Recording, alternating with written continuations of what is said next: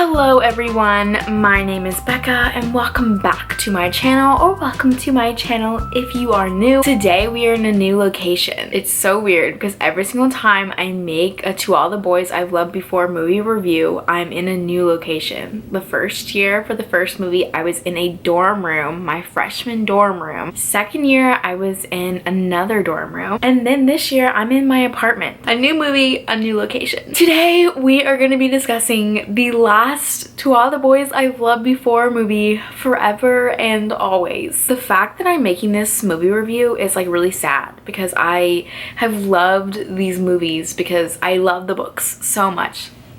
Look at it. It's beautiful. Lara Jean and Peter Kavinsky, all these characters are so like near and dear to my heart, and having them come like alive on the big screen, you know, Netflix, it's just been like, it's been so much fun, and I'm really sad. And yeah, I cried a couple times, teared up a little bit while I watched this movie. So let's just get into talking about this movie and the beautifulness that was Forever and Always. First off, I just love that this movie like takes place in an alternate reality universe of 2020 and 2021, because they're graduating in the year 2021. So that means that their year 2020 and 2021 is normal, unlike the actual 2020 and 2021. Lara Jean's universe is just way better than ours. So the movie starts out and it's like a little montage of all the Kavi girls, the Kavi family in Korea, and it is just the cutest. Like there's so many bright colors, like they're eating so many different foods, like riding bicycles, and just the Kavi girls like spending a lot of time together. There was that one restaurant that they were in, I'm pretty sure that's a real restaurant in South Korea, and it like looks like somebody drew it, and it's so interesting, and it tripped me up so much because like it was just so weird seeing it because it looks like somebody drew their background, but it's really like an actual place. And I loved seeing the scene where they go to find the lock that her mom put there, and it was just so sweet. And then she put her own little lock symbolizing like their family is going to be together forever and always for the rest of their lives. And it was also so cute to see Kitty like talking to a boy named Day. And honestly, okay, when I heard his name for the first time, I thought about the Legend series by Maria Liu. Like the guy character, his name is Day, and so every single time his name came up in the movie, I just kept thinking about the Legend series because his name's Day, which I think is a beautiful name. Kitty was just one of my favorite parts about this movie. I love Kitty, her sassiness. She's so opinionated, and she is kind of mean, but like she like tells you how it is. I just love it. Like there was this one part where they were in the restaurant and they were talking about Stanford, and Kitty says something kind of sassy, and Lara Jean just goes, "Is it just me, or is she getting meaner with age?" And then Mara goes, "Or more opinionated." That is basically it. Like she gets more opinionated, a little bit more mean with age. Oh my gosh, this one scene, Lara Jean imagines herself getting accepted into Stanford, and then what her like future with Peter would be like. That was probably one of my favorite scenes. I literally rewatched it like 3 times. Like the music in the background just like really, it just hyped me up. And seeing them like, you know, graduate and then going off to college, getting their own house together, getting married, and then, you know, having a kid and buying their own home. Like it was wonderful. It was beautiful, but it wasn't real.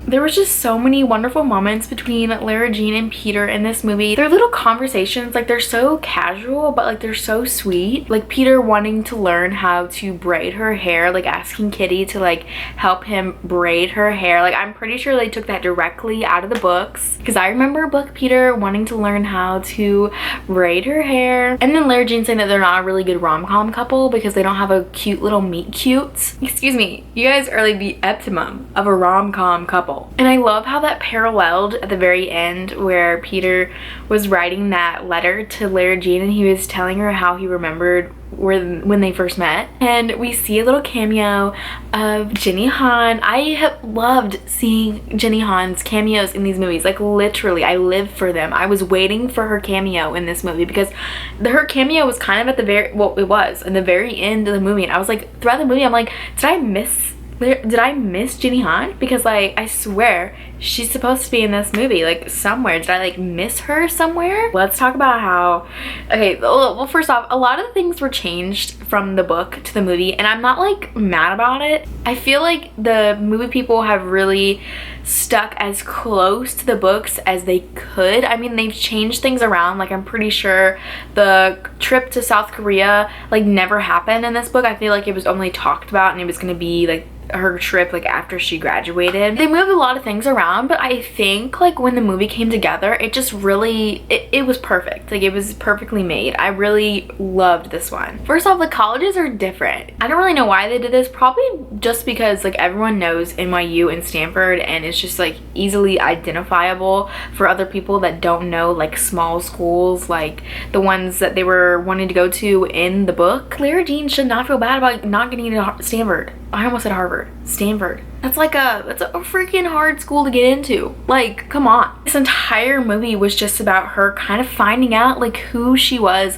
where she wants to go, what does she herself want to do for her future, and not thinking about what she wants to do based on her boyfriend. Anyway, so we get to that part where Lara Jean finds out that she didn't get accepted into Stanford. She accidentally texts Peter and tells him that she got in. Peter is so romantic. He just shows up to her house with a boombox, like a little tiny boombox. It's just like so excited, like it's so cute. Noah played this part so well. He was just like holding it up and he was like looking around like, yeah, my girlfriend just got into Stanford. And he has like so many like stickers all over his car. Like it was so cute. It was romantic. Like so sad that she actually did not get in. Awkward. And his promposal was literally so sweet. One thing that I've noticed is that like this is like a central place, like when they go and get like pancakes or whatever, that is like a central place in every single one of the movies. I love that we have the same worker, Joan. Like she was in the first movie, in the second movie, and now she's in the third movie. It's just like, it's wonderful. His promposal was so sweet. He asked Joan to like write and like syrup like prom. Like it was just perfect. It was perfect. I really don't like, I didn't get to finish because I was in the middle of rereading this and I didn't get to finish it like all the way, so I don't remember what Peter's promposal was like in the book, or even if there was a promposal, because like I said, the last time I read this book was my senior year of high school, 2018, so I don't remember like a lot of it. Okay, so the trip to New York. First off, I loved that we had that same music in the background like in this trip as we did in the trip when they went on the ski trip in the first movie. That song to me is so nostalgic because of these movies. Like it's just wonderful. I just love how they have kept some of the same music from like the first movie and they put it in the third movie, and it's just like the parallels, it's just wonderful. So when that montage scene when they were going to New York, it was just so sweet with that music playing in the background because it reminds you of when they first began in the first movie. When Lara Jean finally tells Peter that she did not get into Stanford, first off, like he is so sweet. Like the first thing he really basically says to her is like, are you okay? Like, you know, like this isn't your fault that you didn't get into Stanford. You're way smarter than me, which is probably true. Like, not gonna lie. He is so in love with Lara Jean. And I remember that from the books. I remember in the third book, like thinking like, wow, like Peter is so in love with Lara Jean. Like he would give up so much just to be with her. The cringe when he like brought up like, why don't you just transfer like after 1 year at Berkeley? Like, we all know that that wasn't going to work out at all. And that's what I love about the third book and the third movie. It's like Lara Jean really becoming her own person and figuring out what she herself wants to do with her life, like where she wants to go. This movie and the third book was just her coming to terms with, you know, like, no, I want to go to this school and this is what I want to do, but we can still make it work between us. It's just so weird because like Lara Jean is such a planner. Like she has to plan her life. Also, another one of my favorite parts about this movie was Genevieve and Chris and Lara Jean and them just like being friends. In the second movie, they kind of had a little bit of like a coming together moment with Genevieve and Lara Jean where they kind of became friends, like friendly by the end of the movie. Like they weren't like enemies anymore. And I always wanted, I don't remember, see, I don't remember much about the third book, but like I feel like I always wanted more Genevieve and Lara Jean like becoming like friend moments, and this movie was so great. There were so many moments where Genevieve and Lara Jean were just like so like good friends, you know, like when they went on that little trip like in NYU, her, Chris, and Lara Jean, they went to that party, and it was just like so much fun, and they were just having so much fun together, where they took that couch and they took it onto the subway, and Genevieve was like, this could be us in a few years. Also, another parallel. I love the parallels. In the first movie, where the same spot, like in the hallway, Genevieve says that Lara Jean's boots, like she like insults her boots. And then in this movie, at the same exact spot in the hallway, she compliments her shoes. Character development, people. This part was different than the book, where Lara Jean falls in love with NYU, because in the book she also goes to the school that she eventually chooses, and she falls in love with the campus. So it's not the same, but it's basically the same thing. They've just changed it around a little bit, and I love seeing like Lara Jean falling in love with NYU. It was just like a special moment. And then also she found what Peter and her song was, which has been stuck in my head all morning, because I've watched the movie like 2 times now since it dropped like yesterday, and so that song is stuck in my head.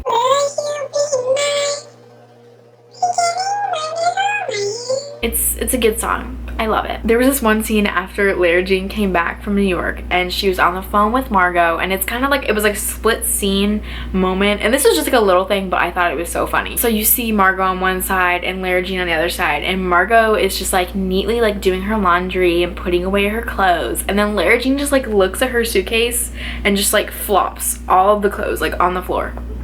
That is so Lara Jean. In the first movie, her room was messy, and in the third movie, her room was messy. It's just a Lara Jean thing. The bowling date was also really, really fun. Lara Jean and Peter Kavinsky are just like extra in every way possible. I love that little scene of them like after they like bowled, and then like their expressions like afterwards. Like Peter's was so great, and it was just a cute little moment. But then we see Peter's dad, and it was like really awkward. But okay, Jenny Han on Twitter literally said that the guy who plays Peter's dad is literally the little boy from E.T.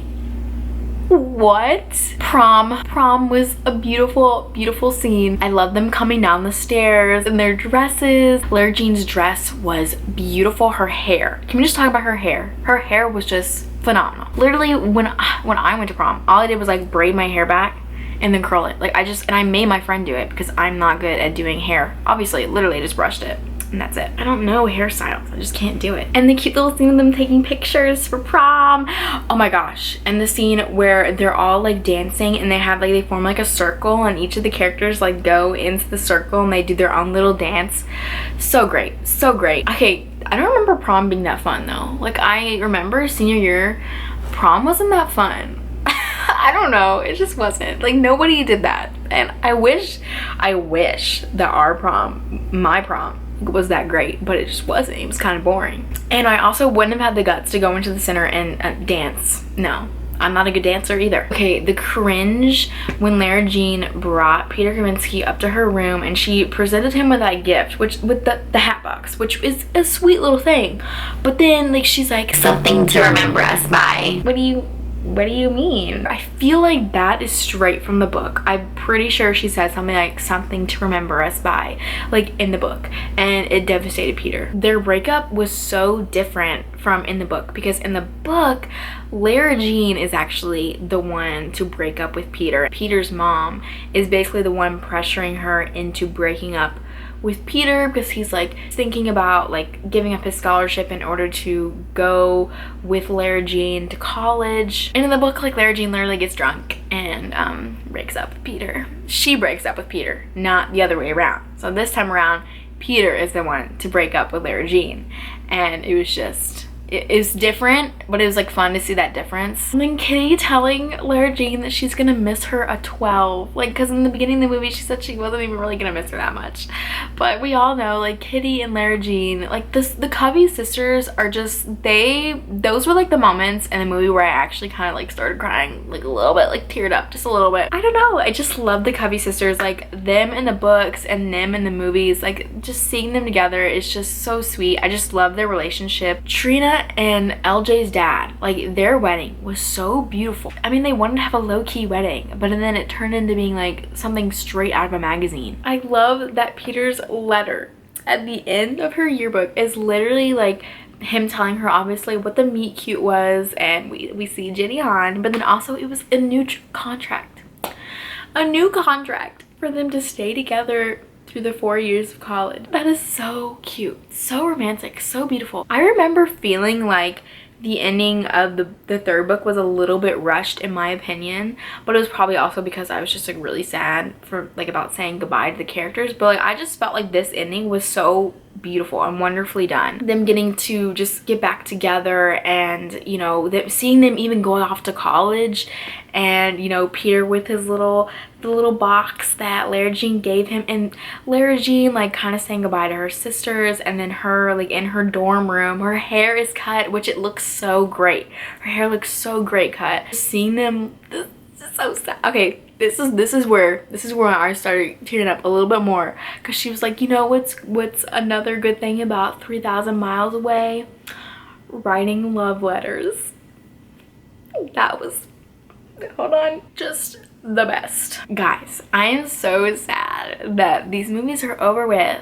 Like, I'm gonna have to rewatch like all 3 of them. Saying goodbye to these characters like for real is really sad, and it makes me really upset, but at the same time I think they did a really good job with these movies. This is probably one of my all-time favorites. I don't know, I really think that the first movie is probably my favorite, but this one's like a close second. I love the way that these actors and actresses have played these characters. I think they've done such a great job, and the people have really done a good job like adapting these books. I know that I'm gonna be rewatching all of these movies like all the time, because they are just like feel good movies that you can just watch like anytime that you're feeling down, even though we don't have another, you know, movie to look forward to. I know you guys have heard the news that Jenny Han's other books, the Summer I Turned Pretty trilogy, is becoming an Amazon TV series. So that I'm really excited about. I'm just so happy that Jenny Han's books are becoming like, they're all being adapted, because like her books are just so awesome. I need her to write me another book, like honestly. I need her to write me another book. So guys, those are my thoughts about the movie. I would love to know what you guys thought about the movie. Like, what are your favorite scenes? Are some of you guys as sad as me that these movies are over with? Let me know all your thoughts down in the comments below, and I will see you guys in my next video.